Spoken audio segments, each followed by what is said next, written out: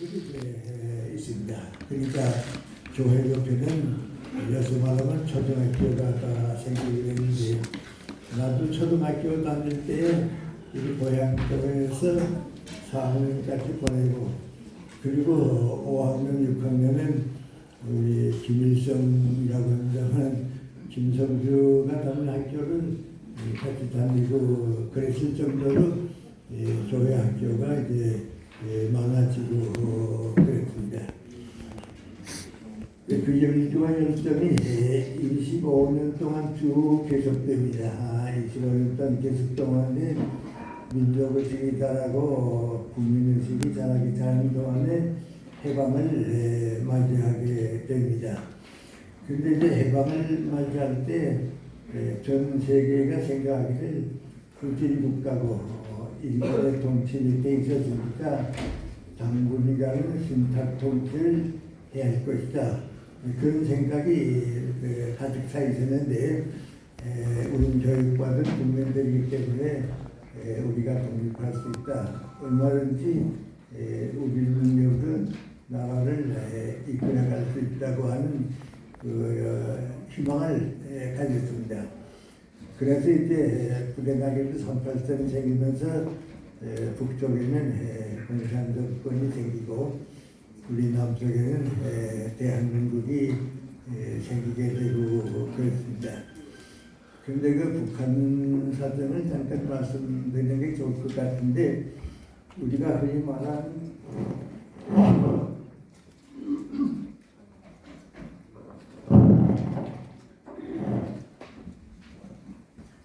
김일성이 본래 이름은 김성주였습니다. 이제 그 김성주가 해방전의 8월 19일에 만주에 있다가 원산으로 이제 배를 들어오기 들어왔고요.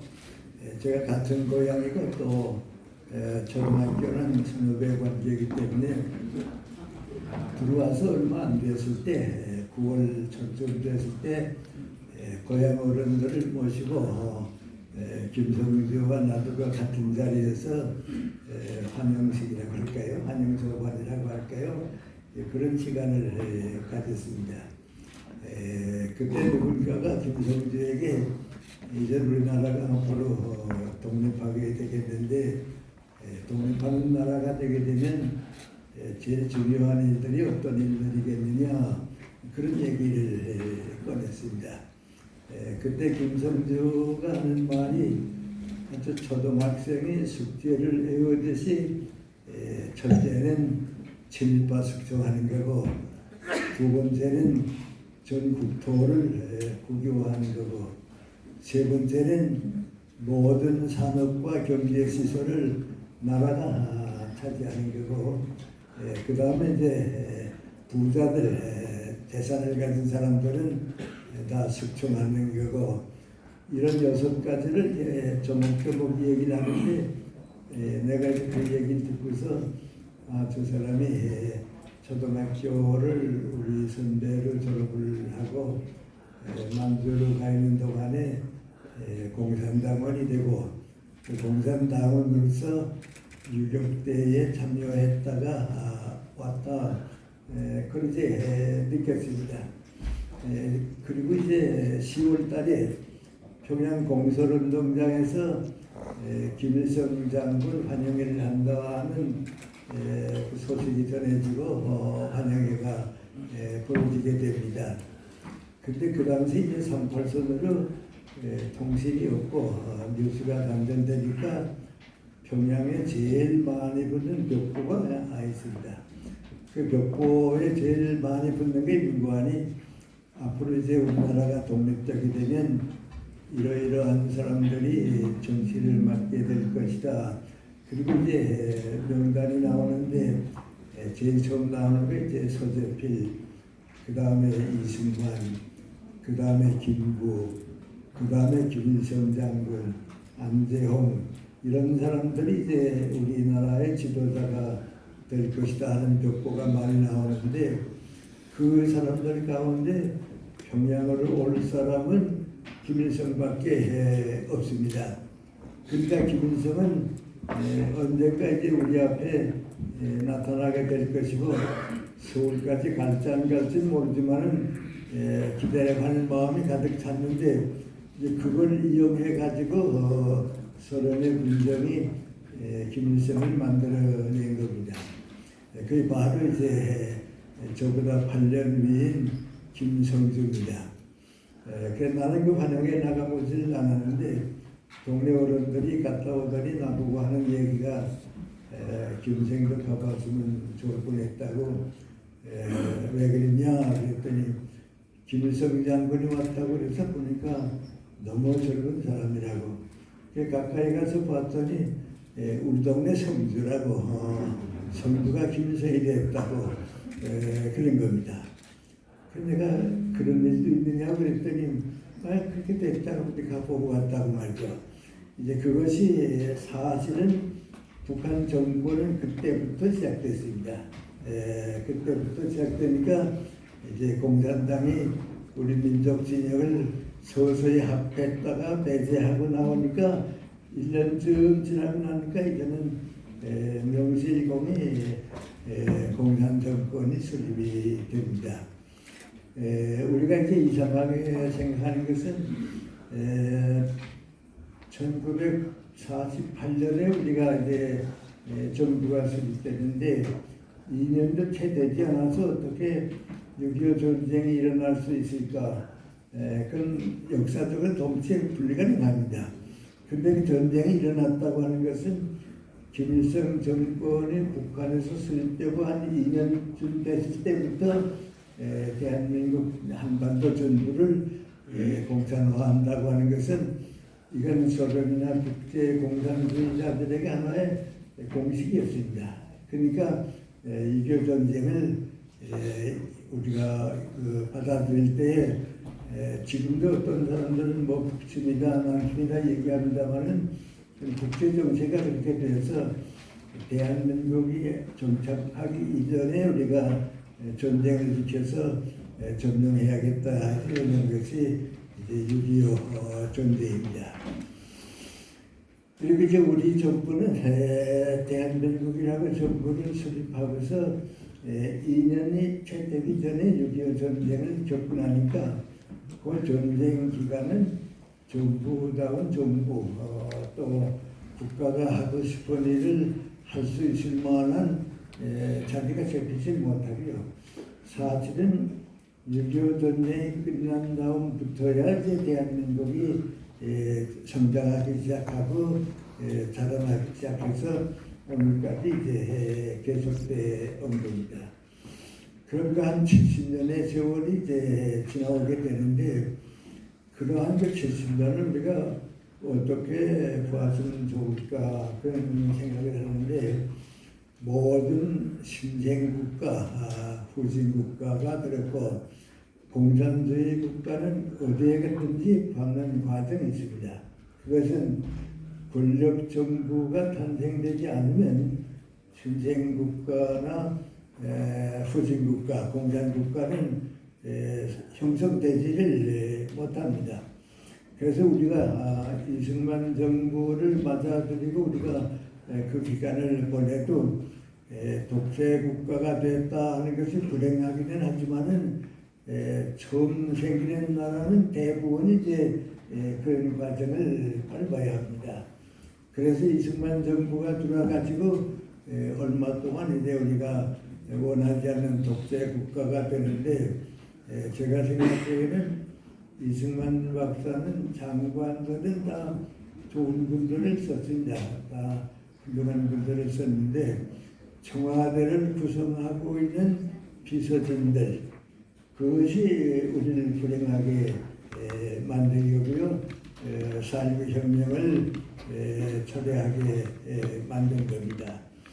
이승만 대통령이 이제 4.19를 치르고 나면서 너무 기가 막히고 답답하니까 허정씨를 찾았습니다. 찾아서 좀 만나자고.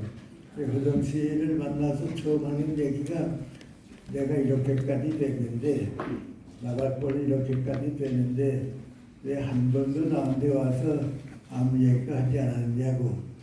허정치 대답이 민관이 4번 왔습니다. 4번 왔는데 문전박대를 당하고 면회도 못하고 돌아가 버렸습니다. 그때 이승만 박사가 크게 탄식했습니다. 내 잘못이 여기 있었구나. 그런데 그 아첨하는 집권 분자들 때문에 장관들의 얘기나 국민들의 얘기를 제대로 듣지 못했던 겁니다. 근데 그것이 우리 신생국가가 겪는 처음 단계입니다. 정권의 독재 밑에 국민들이 머무는 단계인데 4.19를 겪으면서 큰 강한 마전력이 되는데 그 민관이 앞으로 대한민국은 절대로 독재 국가는 받아들일 수 없고 독재 국가는 용납할 수 없다. 그건 그때부터 지금까지 이제 우리가 얻어온 하나의 그 역사적 과정입니다. 지금도 우리 모든 국민들이 독재 정권이 가능하니까 그건 안 됩니다. 그 누구도 여야는 그건 별면됩니다만은 독재 정권은 허락할 수 없다. 그래서 한 단계를 이제 넘었습니다. 그 다음 두 번째 단계가 민관이 군사 독재입니다. 군사 정권입니다. 이것도 이제 후진 국가나 신생 국가는 다 겪는 겁니다.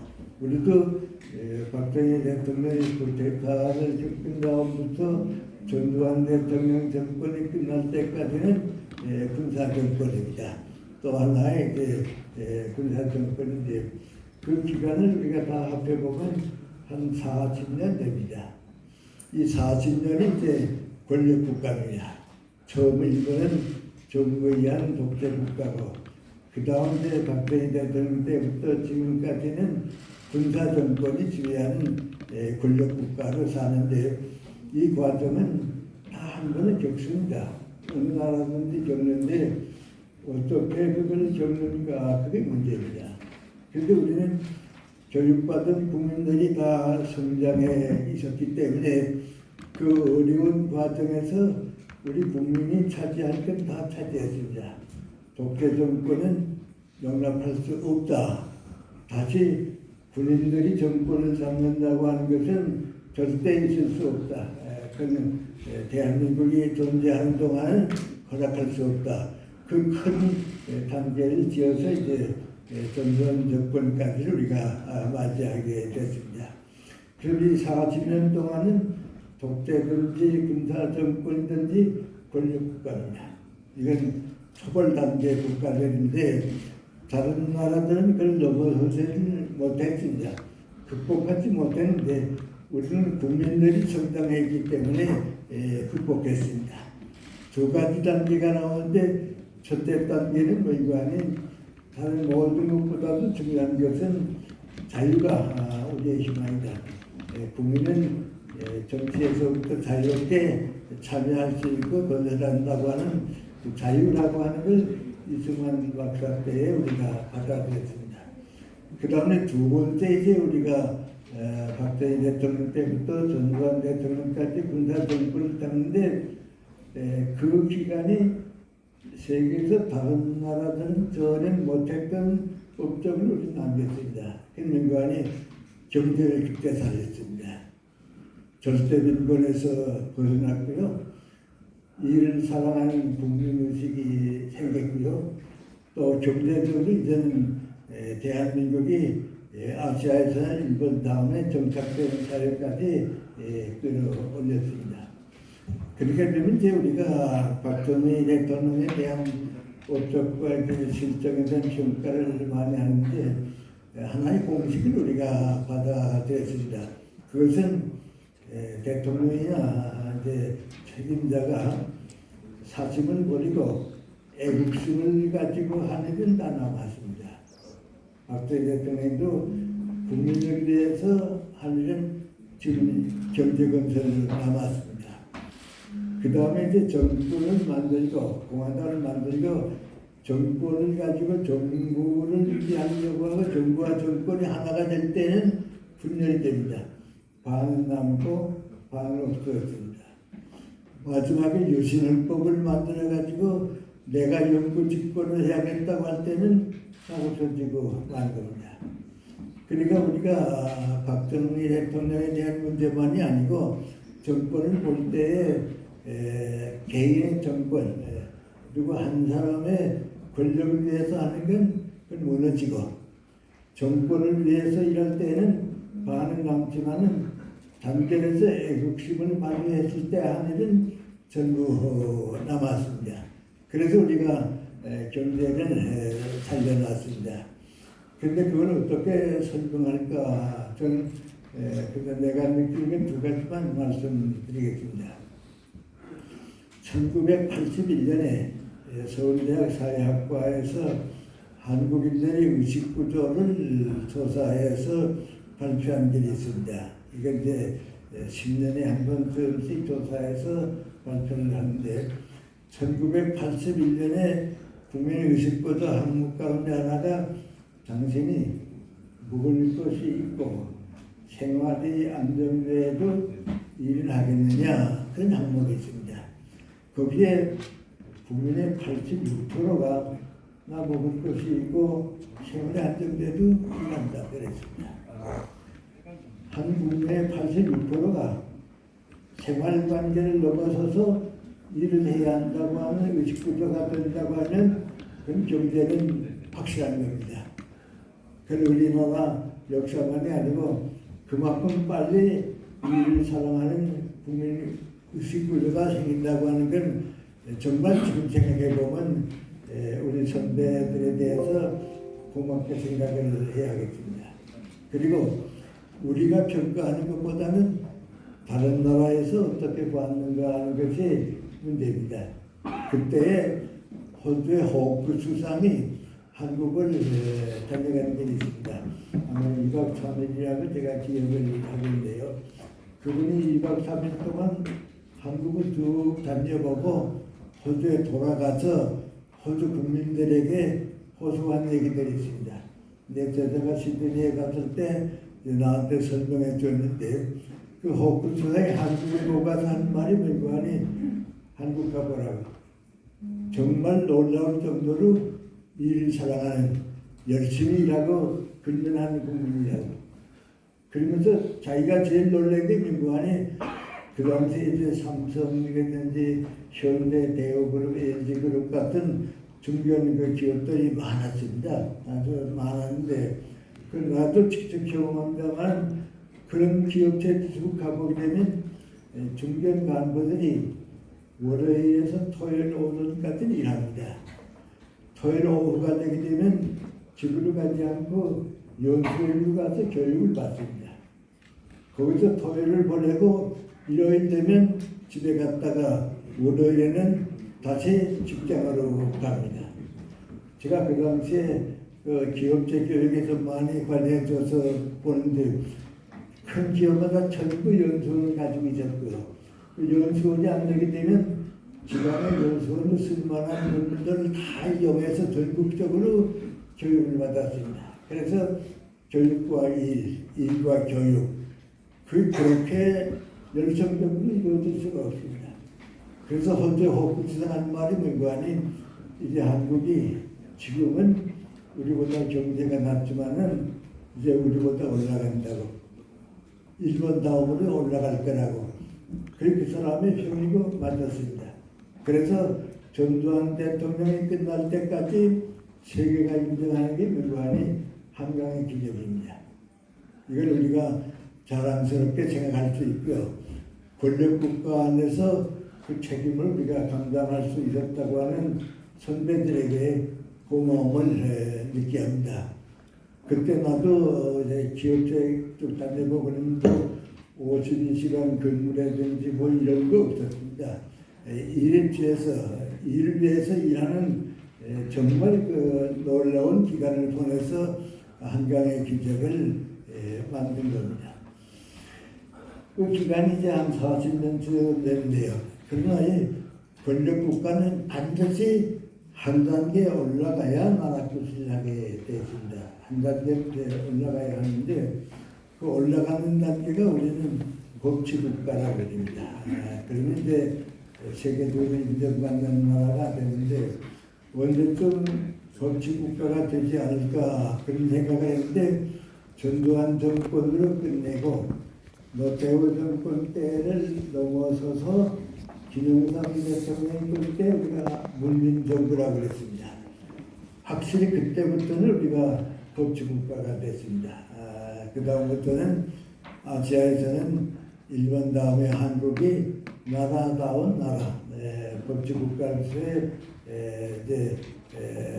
그 인정을 받게 되고 그렇습니다.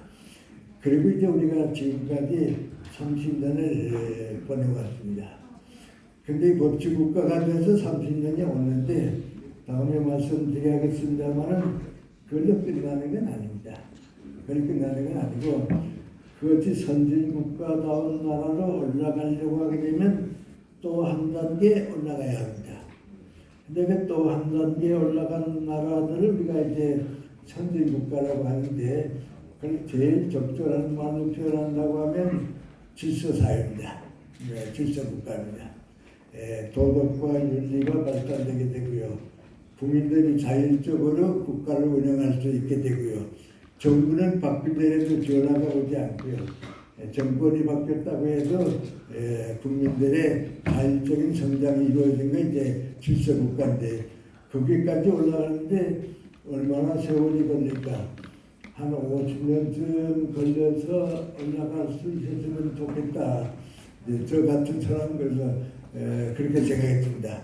50년이면 아마 될 수 있을 것이다. 그런데 지금 30년이 됐는데 앞으로 20년 가지고는 희망이 없을 것 같습니다. 거기에 지금 우리가 처해 있습니다. 그런데 어떤 문제가 생겼는가?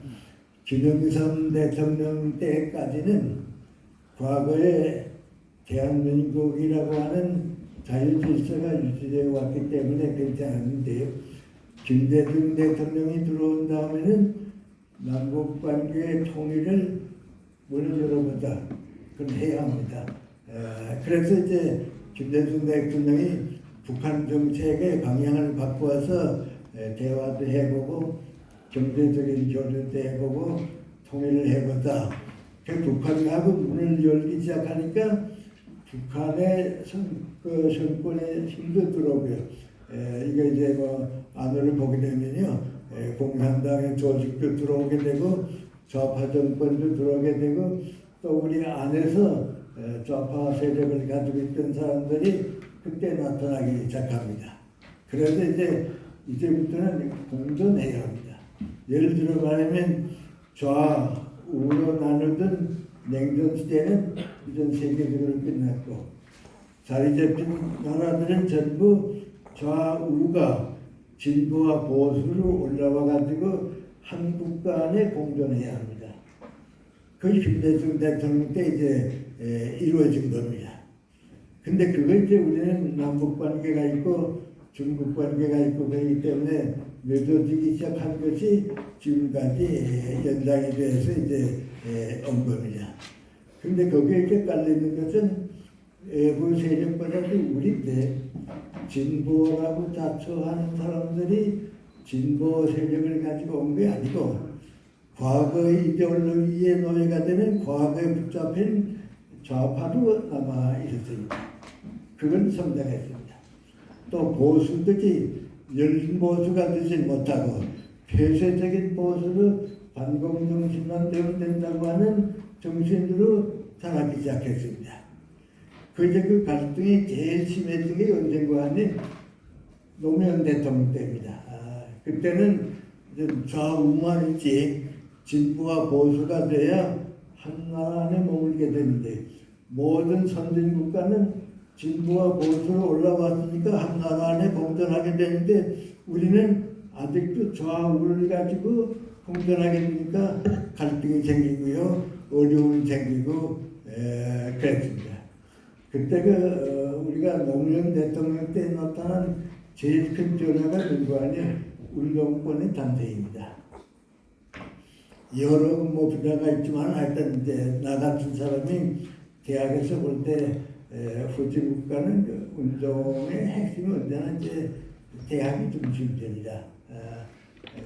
우리 4.19도 그랬고요.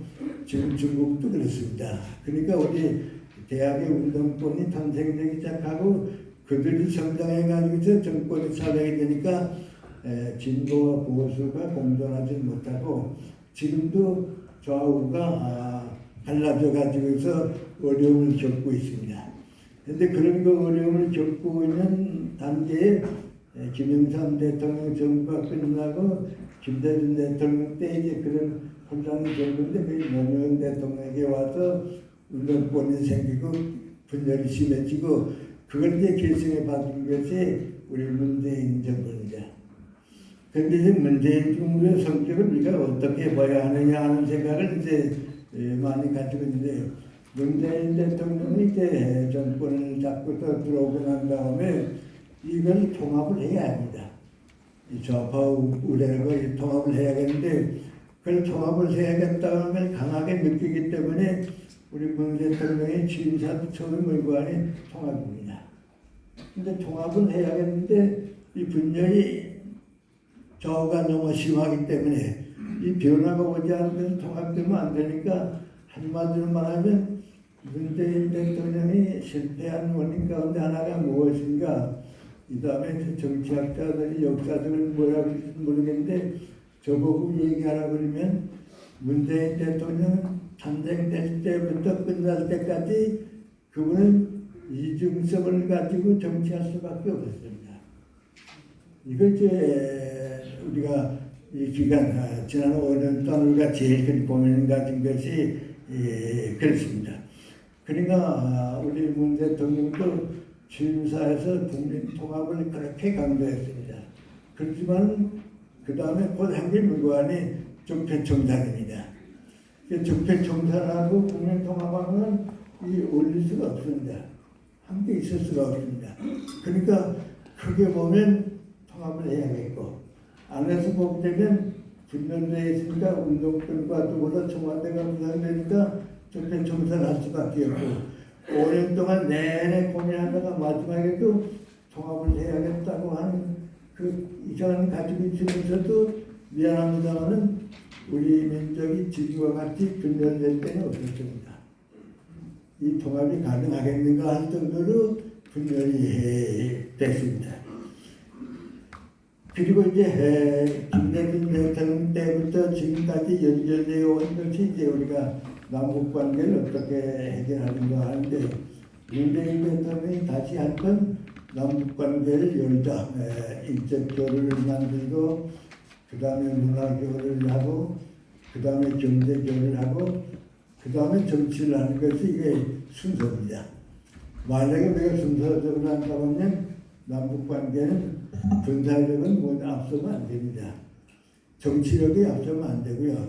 자연스럽게 인적 교류가 먼저 돼야 합니다. 왔다 갔다 하는 인적 교류가 되고 그 다음에 이제 문화 교류가 돼야 하고 그 다음에 경제 교류에 성공하게 되면 정치가 가능해지는데 그걸 우리 문재인 대통령은 정권을 가지고 남북 관계를 해결하려고 하니까 순서가 그만 좀 바뀐 겁니다. 그래서 이 문제 가지고 우리가 고민을 많이 했는데 또 왜 이중성이 나타나게 됐냐면 문재인 대통령이 남북 관계를 연결할 때에 겉으로 나타나지는 않지만 아주 중요한 문제가 있습니다.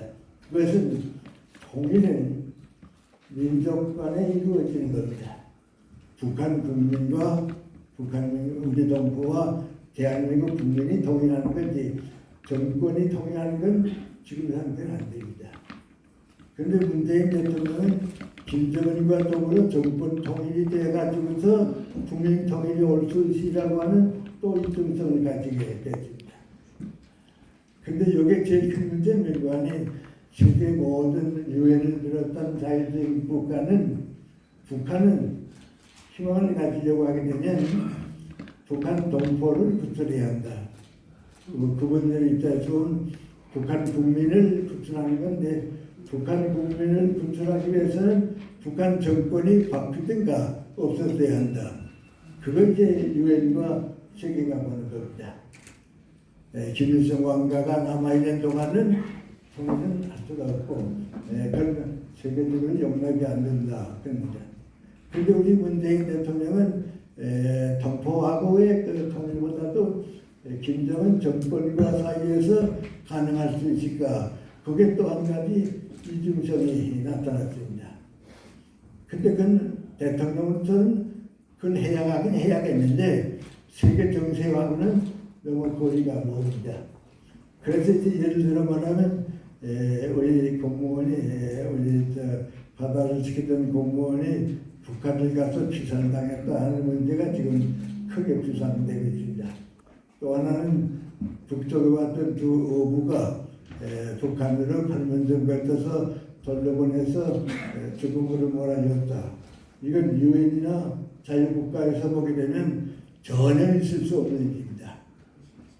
그렇게 해가지고 통일한다는 것도 없고 그렇게 인권을 짓밟고서 세계가 자유로워지는 것도 평화를 가진 것도 없으니까 그건 대단한 잘못이라고 봅니다.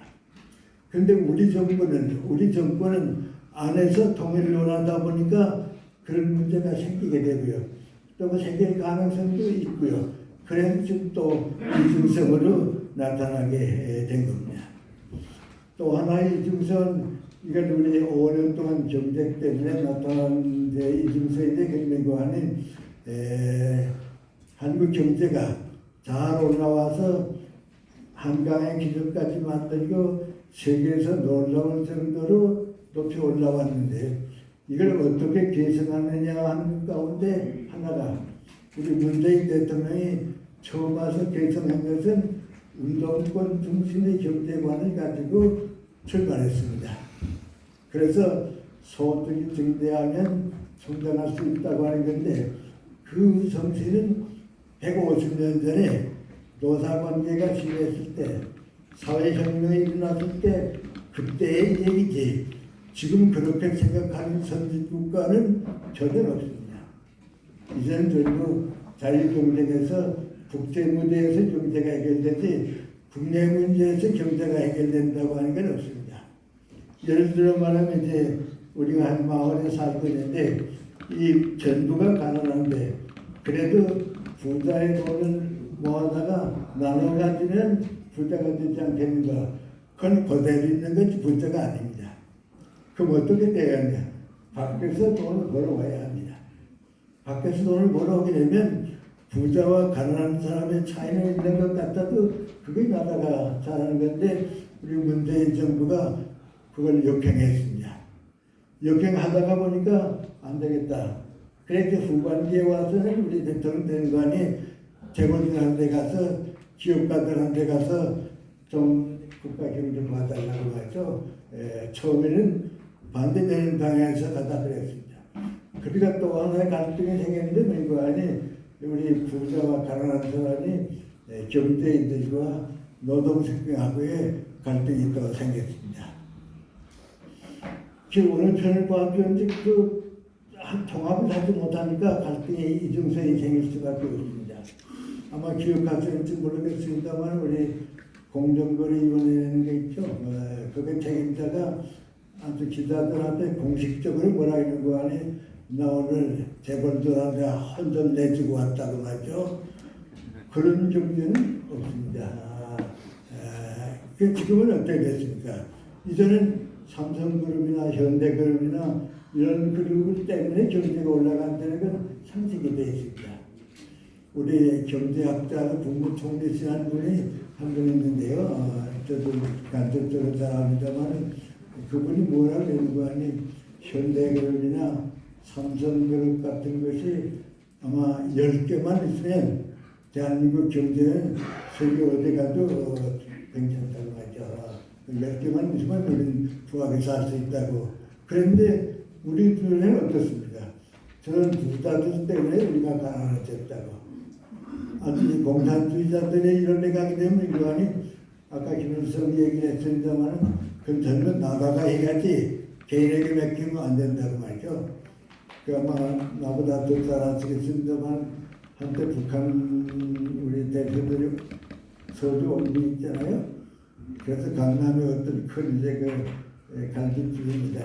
거기 가서 점심을 먹게 되는데 북쪽에서 온 사람들이 자꾸 묻는 걸 밀고 하니 이런 갈비집이 나라가 하는 거냐 개인이 하는 거냐.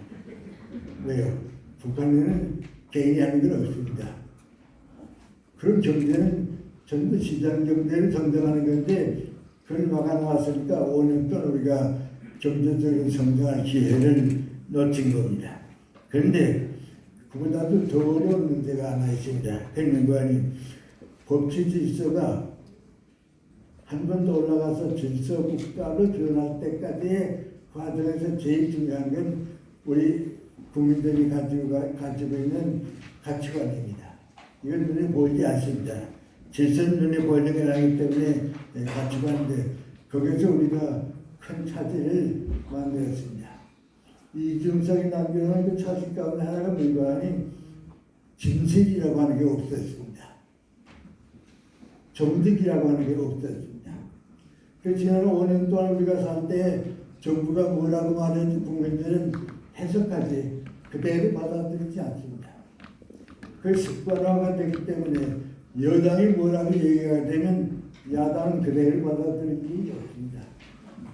무슨 내용이 있어서 무슨 꿍꿍이 적이 있어서 그런가 하고 비판해보지 받아들이지 않습니다. 지금 우리는 정부와 국민이 간에 여야 간에 정직, 진실이고만은 없어졌습니다. 더 심한 건 맹관이 한 정당 안에서도 거의 없었습니다.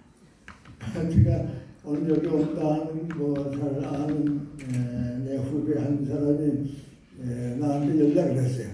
선생님 가서 오늘 말씀하게 되면요. 국민의힘에서 이제 공부하는 원하는데 국민의힘까지 분열하게 되면 거기까지 대립하게 되면 국민은 떠난다고 하는 얘기 꼭 좀 해주세요 그래요. 그러면 여당 야당에게 누구나 국민이 그렇게 하는 겁니다. 그 바로 뭐 의미합니까? 우리가 서로 믿지 않으면 안 됩니다. 서로 믿어야 하는데요. 진실이 없다. 그 다음에 더 큰 단것이 뭔가 하니 사전에도 없는 내로남불이라는 개념이 이제는 사전에 남게 됐습니다. 아마 지난 5년 동안에 우리가 제일 큰 불행을 겪으려는데 그것은 내가 하면 정이고 상대방이 하게 되면 풀이라고 하는 것을 이런 상식화되고 말할 정도로 지금 우리가 다 그 속에 살고 있습니다. 나는 아니라고, 우리 정당은 아니라고. 그건 아닙니다. 나도 그렇게 살다 보면요, 많은 국민들이 그 습관화 되니까요, 그 생활 개념이 됩니다. 그걸 바꿔야 합니다. 믿을 수 없으면요, 정의가 내 편을 갈라주면요, 희망이 없습니다. 우리 학생들이 나보고 있다만큼 물어봅니다. 선생님 북한에서 좀 더 계시지 왜 왔느냐? 그러면 제가 하는 말이 뭔가 하니 북한에 잘못돼가는 과정이 있는데 국민들 생활에서 제일 첫째로 없어지는 게 진실과 정직이 없어집니다. 그 다음엔 정의 관념이 없습니다. 공산당에서 하는 건 다 정의고 거기서 어긋나는 게 다 보니까 정의가 없습니다. 그래서 내가 떠날 때는 뭔가 이제 그 다음 없어지는 건 자유가 없어집니다. 마지막에 없어지는 건 인간애가 없어집니다. 그러면 그 사람은 오면성이 났습니다. 그래서 유엔이나 선진국가가 북한 동포를 구출해야겠다 말이에요. 그 방법은 대한민국 정부하고 일치하지 않은 어려움을 만들게 되고 그랬습니다. 그리고 또 한 가지 우리 일부, 이건 단한 일부지만은 그걸 정권을 살리기 위해서 정권의 정당성을 받기 위해서 역사를 왜곡하는 일, 이건 이 다음에 지성사회에서 역사에서 비난받을 나쁜 사람들이라고 욕먹을 사람들이 간혹 있습니다. 그건 안 해야 합니다. 이제 표현은 다릅니다만 예를 들어 말하면 이승만 박사는 있지만 이승만 대통령은 없다. 그런 얘기하는 속셈 같은 거. 그거는 어디에 갔든지 용납받을 수 없는 역사적 진실을 왜곡한다고 하는 건 이건 아닙니다. 그런데 지금 우리가 정권 욕에 빠지게 되면 그런 보호를 통하게 되는데 그건 아닙니다. 언제나 그렇습니다. 근데 그게 쉬운 문제는 아닌 것 같습니다. 예를 들어 말하면 6.25 전쟁을 어느 쪽에서 일으켰느냐 할 때 미군이 대한민국 정부와 더불어 일으켰다 하는 생각을 불란서의 유명한 사람들 같은 사람 또 뭐 이런 사람들까지 인정했습니다. 화가의 우리가 사는 피카소 같은 사람도 인정했습니다. 그러다가 역사가 자꾸 바뀌어지고 나니까 그걸 거짓이라는 거 알게 됩니다. 지금 와서는 세계적으로 없어졌는데요. 그러니까 거짓을 만든다고 하는 건 이건 생각을 해보면 참 불행한 얘기입니다. 이제 이러한 과정을 밟아가지고 지금 우리가 온 것이 윤석열 정부가 들어서게 된 겁니다. 이걸 역사적으로 보면 그럼 자연히 이제 윤석열 정부가 우리에 맡아서 해야 할 첫째 조건이 뭐냐? 또 하나의 통합입니다. 민주당과 같이 가야지. 민주당 없이 가겠다. 그건 아닙니다. 같이 가야 합니다. 그래 어떻게 같이 가야 하느냐니까 문재인 대통령 때하고는 성격도 방향도 바뀌지 않으면 같이 갈 수가 없습니다. 이제 거기에 나타나는 게 민국 안에 자유와 민주주의가 역사적으로 어떤 성격을 가지고 나타났는가. 이 자유에 대한 올바른 이해, 민주주의에 대한 올바른 가치 방향과 변화가 오지 않으면 안 되는 것이 중요합니다. 그러니까 이제 여러분에게 주어진 과제 가운데 하나가 민관이 윤석열 대통령과 국민과 여러분을 중심으로 해서 어떤 변화가 와야겠는가, 민주당과 함께 갈 수 있는 어떤 변화가 와야겠는가, 그걸 지금 있는 과거를 돌아가면 다시 분열 뜻을 싸우는 겁니다. 오늘로 살려고 하게 되면 항상 이렇게 지금 국회에서 하는 것 같이 나눠져가지고 앞으로 나가지 못하고 혼란만 심해집니다. 그걸 앞으로 어떻게 해결해야 하느냐. 그 이제 우리 새로운 정부와 우리 여당에게 주어진 중요한 책임입니다. 근데 그 어떻게 하면 좋을까?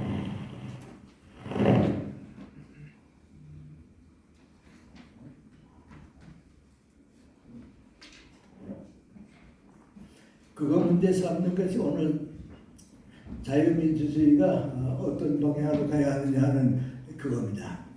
자유민주주의가 이런 방향으로 가게 되면 우리가 공존할 수 있다.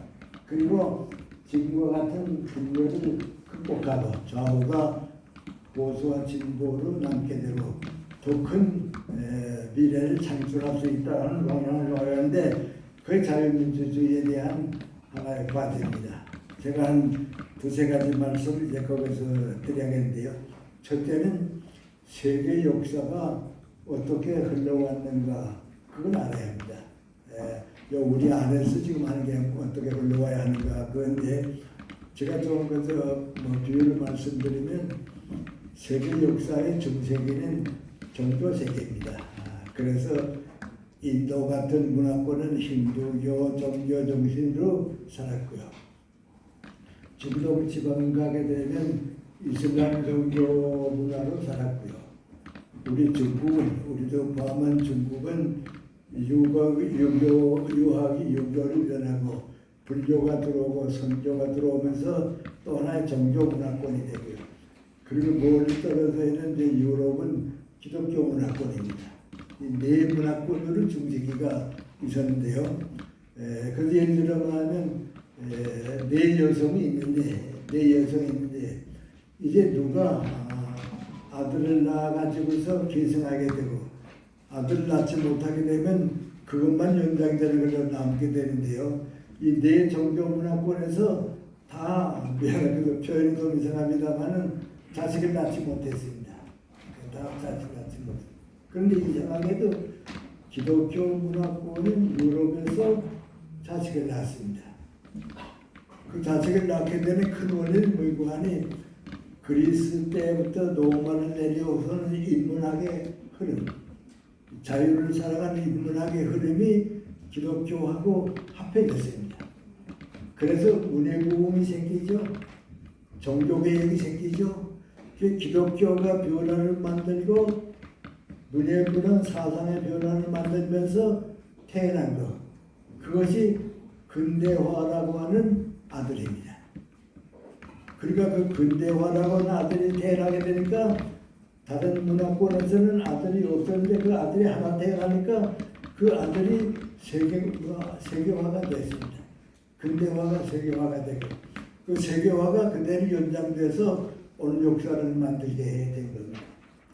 그럼 그때 태어난 아들을 이제 근대화를 만들고 세계화를 만들고 오늘 역사를 이끌어오는데 그때 태어난 아들을 이름을 붙이면 뭐라고 부를 수 있을까? 다른 문화권에서는 없는데 뭐라고 붙일 수 있을까? 세계가 조금씩 개념은 다르지만은 우리가 영어를 표현하거나 서양 말을 표현하면 휴머니즘이라고 하는 아들입니다. 휴머니즘이 있는 사회는 새로운 역사를 만들고 그걸 갖추지 못하고 종교로 그냥 남은 사회는 지금도 그 종교가 연장되니까 세계 문화에 올라가지를 못합니다. 그래서 근대화가 지금 세계화가 되는데 그 휴머니즘이라고 하는 게 뭔가 두 가지입니다. 하나는 기독교 전통에서 교회는 종교개혁으로 뒤로 물러났지만은 그거 남겨준 게 무관히 인간입니다. 인간 목적, 인간 중심, 더 많은 인간이 인간답게 행복하게 살아야 된다고 하는 그게 하나입니다. 그 다음에 둘째 나오게 무관히 그리스에서 노마를 해가지고 나오는 것인데 인문학 중심입니다. 그 인문학은 한마디로 말하면 자유로운 학문을 인문학이라고 합니다. 기계공학이나 무슨 자연과학에는 자유가 없습니다. 사회과학과 인문학이 오게 되면 자유인데 사회과학은 규정이 있게 되고 사회 규범이 있으니까 없고 인문학은 완전 자유입니다. 그러니까 근대화를 만든 두 가지 핵심인데 하나는 인문학을 통해서 이루어진 문해부흥에서 이루어진 자유입니다. 정신적 자유. 또 하나는 무관히 기독교 종교가 우리에게 남겨준 인간애입니다. 그래서 우리가 이 자유민주주의라고 하는 말을 쓰는 것은 자유를 기초로 하는 민주주의입니다. 그런데 그 계통을 이제 르네상스 때에 만들어줬는데 이걸 받아들이는 흐름이 두 가지가 생깁니다. 하나는 대륙의 이탈리아, 프랑스, 독일은 인문학 방향으로 걸어갑니다. 그 나라들은 철학, 예술, 문화를 발달시켰습니다. 그런데 그 같은 내용을 영국은 경험주의 국가이기 때문에 정치, 경제 문제도 끌어갔습니다.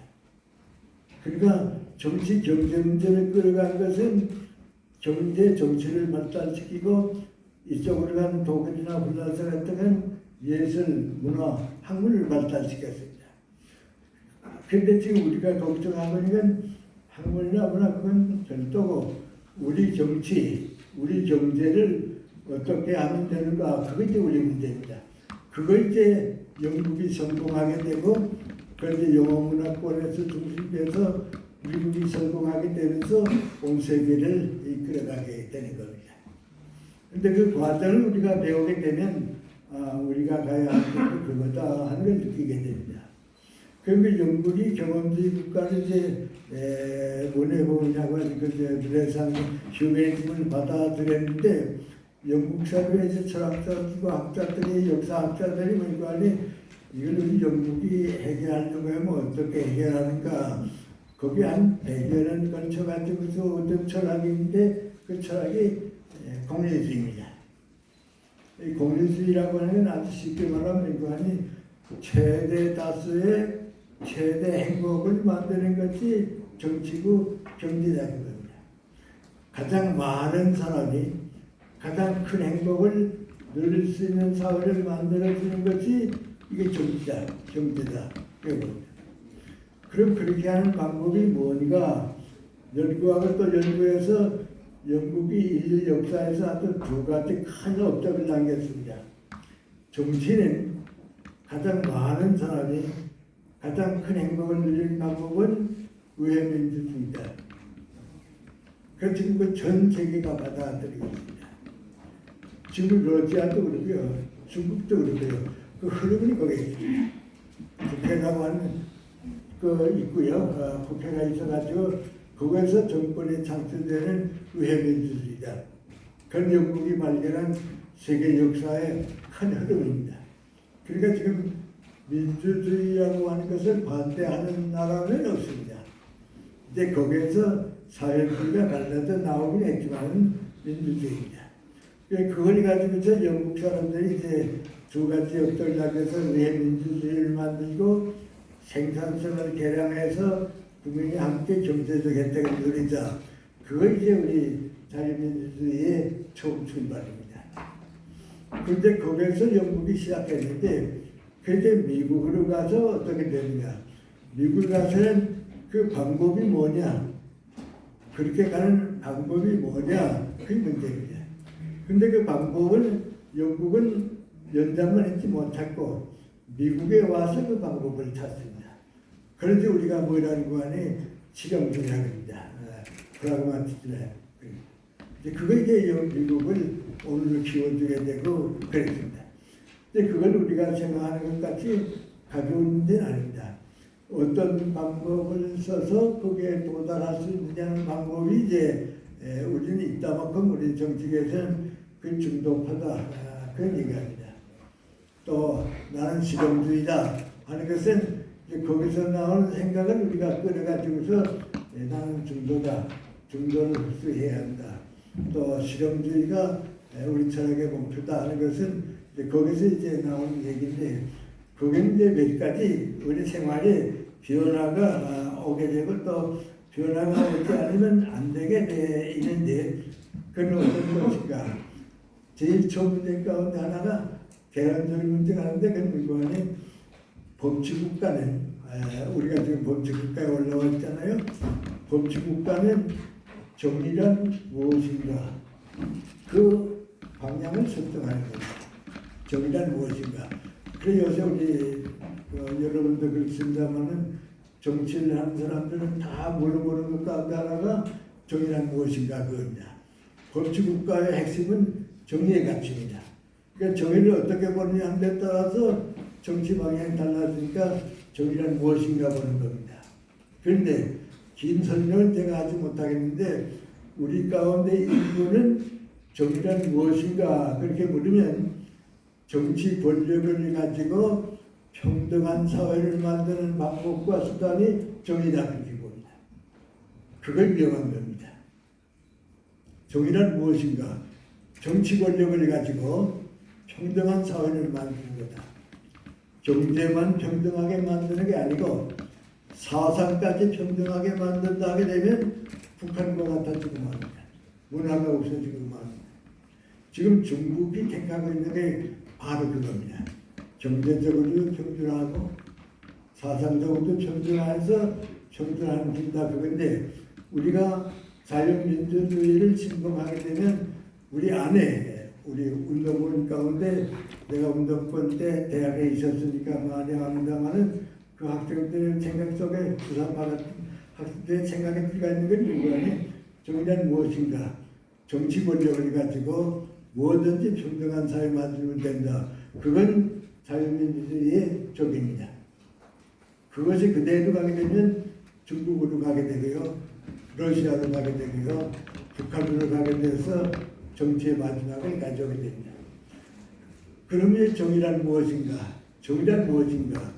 인간에 대한 책임입니다. 어떻게 하면 좀 더 많은 사람이 인간답게 행복하게 살 수 있을까? 거기에 대한 책임을 가지는 게 정의입니다.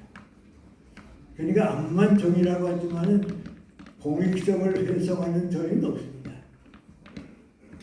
국민들의 생활을 빼앗거나 좋아하는 사람이 가지고 있는 행복을 빼앗았어도 정의는 있다. 그건 공산주의자들밖에는 가지고 있는 생각이 아닙니다.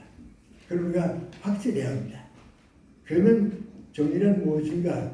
더 많은 사람이 인간답게 행복하게 살 수 있는 책임을 가지자. 그게 정의입니다.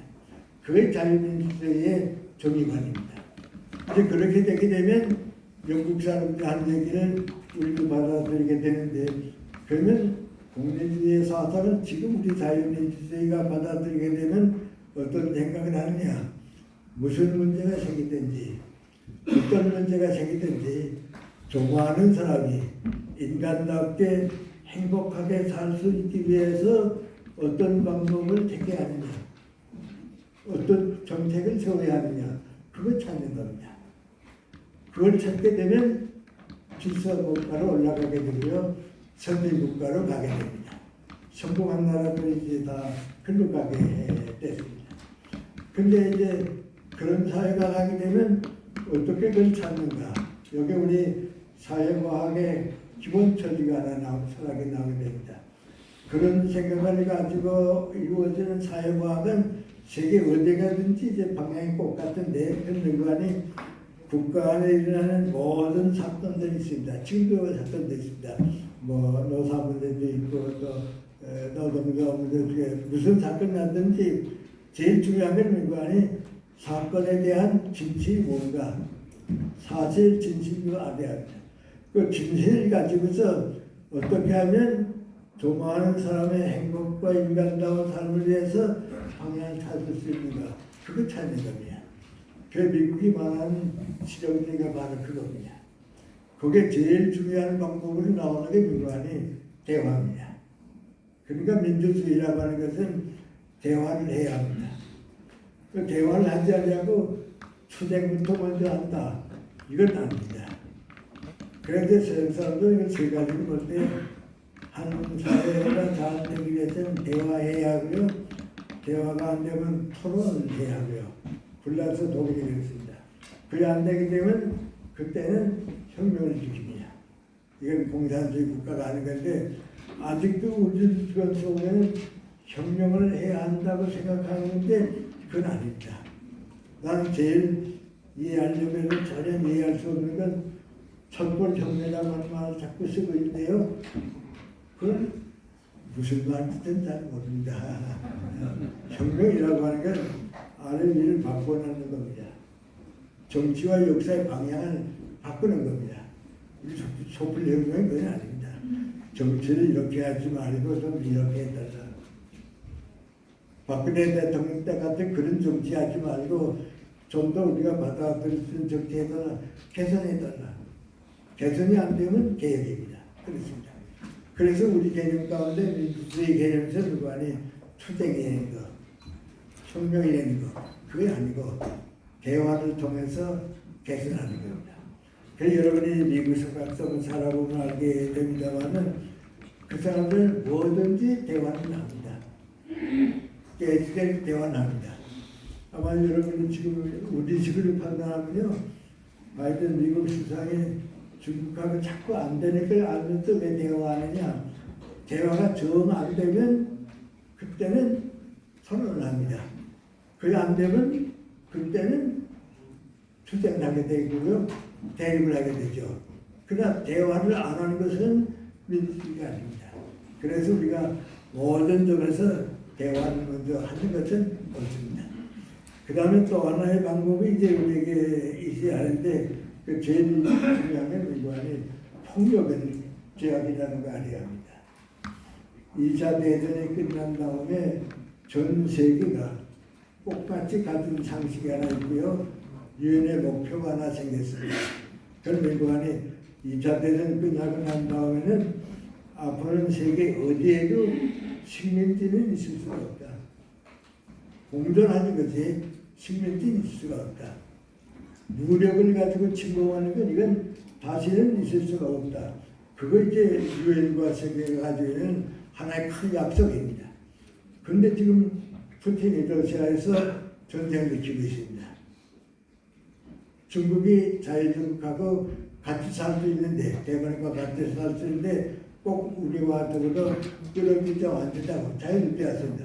그건 있을 수 없습니다. 그래서 우리가 세계 역사가 가는 방향을 보게 되면 자유민주주의로 갈 수밖에 없고 그것이 세계가 가는 건데 그 가는 방향에 하나의 약속이 있습니다. 개념관이 좌우가 보수와 진보로 발전했고 보수와 진보가 열린 사회로 가느냐 폐쇄 사회로 가느냐 한 단계가 더 올라가야 합니다. 그래가지고 우리 선진 국가로 가게 되면 폐쇄 사회가 죄악입니다. 다 개방 사회입니다. 이걸 역행하게 되면 폐쇄 사회가 갑니다. 또 한 가지 변화가 온 건 민관이 냉전 시대에는 뭐든지 하나 유일한 가치가 있는 것입니다. 북한에서도 유일사 사회라다가 주체사 사회라고 그건 아닙니다. 절대 가치는 없습니다. 상대 가치가 있습니다. 그리고 이제는 전 세계가 자원간답니다. 종교도 다를 수 있고 민족도 다를 수 있고 직업도 다를 수 있지만은 전부가 함께 공존할 수 있는 겁니다. 그리고 그 공존하는 사회가 성장하기 위해서는 정신적 자유입니다. 이 자유는 질서와 더불어 있지 질서를 무시하는 자유는 없습니다. 자유가 있고요. 그 공존하는 게 인간의 휴머니즘입니다. 인간입니다. 그러니까 자유와 인간애가 우리 민주주의가 지향하는 가장 소중한 길이고 이제는 문재인 대통령 때의 분열을 통합해서 무슨 진보 보수가 생각하지 말자. 열린 사회, 다원 사회를 위해서 우리가 어떻게 이끌어갈 수 있을까? 그때 우리가 새로운 사회를 만들게 됩니다. 그런데 제 얘기는 이걸 좀 부족하지만 시간이 없으니까 끝내겠는데요. 자꾸 이렇게 물어보게 되면 그런 질서 사회가 어떤 나라들입니까? 그런 얘기합니다.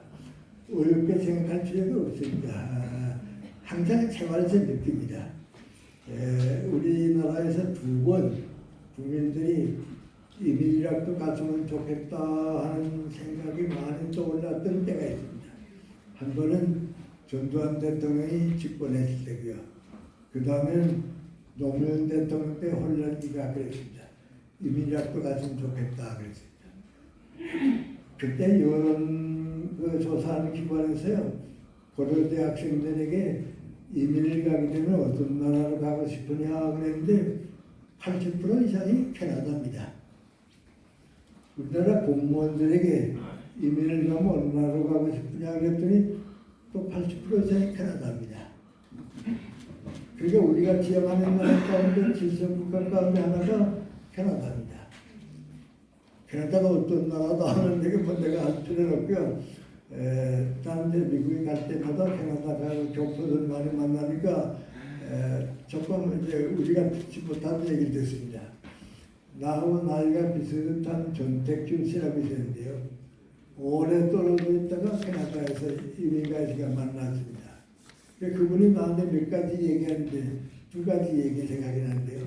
나보고 하는 말이 만약에 우리 캐나다가 다른 나라하고 전쟁을 하게 되면 내가 20대라면 난 지원해서 군대로 간다 그럽니다. 그렇게 캐나다를 사랑하게 됐냐 그랬더니 뭐라고 하니 캐나다 정부가 있으니까 내가 있고 내가 있으니까 캐나다도 그래 있는 건데 캐나다가 무너진다면 내가 없어진다고. 그러니까 나를 지키기 위해서 캐나다에 군대가 있다.